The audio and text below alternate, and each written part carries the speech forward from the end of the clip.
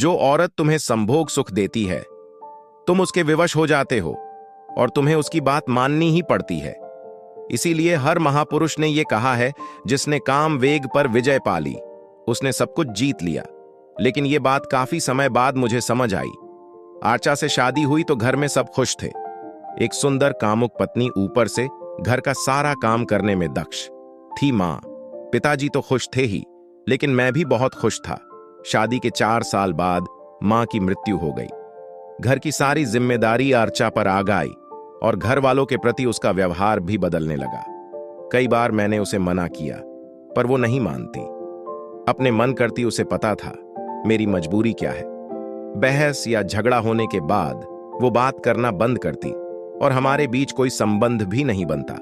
पिताजी को ही लेके अक्सर झगड़ा होता था, क्योंकि मां उनकी हर जरूरतें पूरी करती थी, पर आर्चा को लगता ये फालतू काम बढ़ते हैं।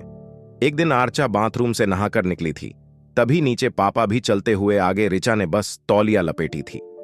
पापा उसी समय अपनी नजर चुराकर अंदर चले गए और शर्मिंदा हो गए। आर्चा को भी ये बात लगी। शाम को वापस आने आर्चा ने बताया कि ऐसी बात हुई है, पर इसमें पापा की गलती नहीं है। मैंने आर्चा से बोला, तुम्हें इस बात का ध्यान रखना चाहिए कि घर में पापा हैं, तो तुम्हें तौलिया लपेट के आने की क्या जरूरत थी। इस पर उसने मुझसे बहुत कड़े शब्दों में कहा कि क्या यह घर मेरा नहीं है? क्या मैं अपने घर में अपने हिसाब से घूम नहीं सकती? बहस के बाद हम सो गए और अगले ही दिन आर्चा ने मेरे ऊपर दबाव बनाया कि पापा से बोलो, वो नीचे कमरे में रहें।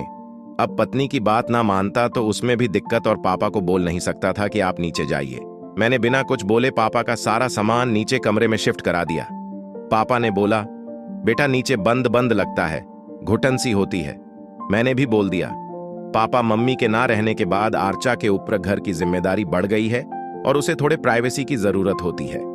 पापा समझ गए थे कि मैं उस दिन वाले वाक्य की बात कर रहा हूं। पापा ने कुछ बोला नहीं, सिर्फ सिर हिलते हुए अपनी छड़ी पकड़ी और धीरे धीरे अंदर चले गए।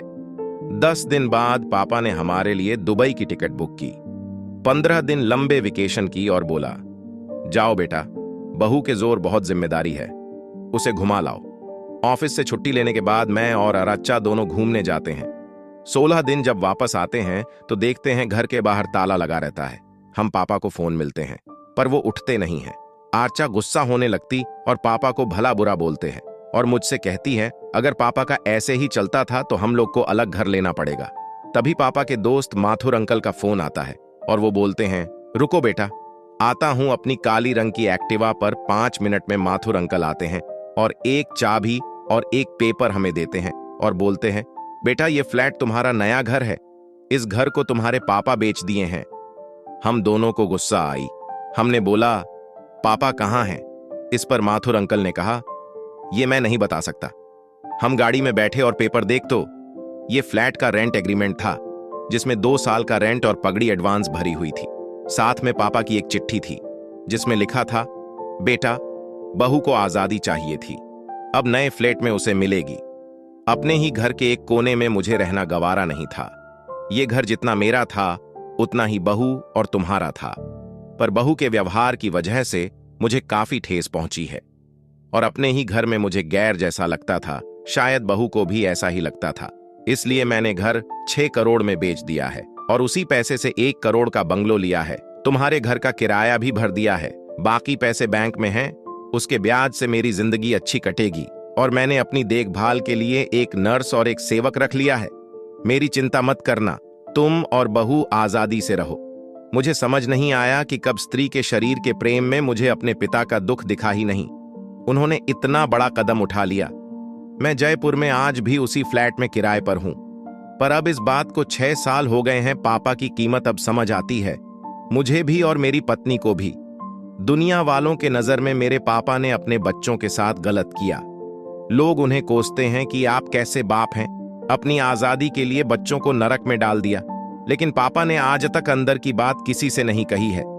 दोस्तों, कुछ भी हो जाए, ये याद रखिए कि आपकी पत्नी वो है जिसके साथ आपको आगे की जिंदगी कटनी है, पर माता पिता वो हैं जिन्होंने आपको इस काबिल बनाया जिसके भरोसे पत्नी जिंदगी कटेगी।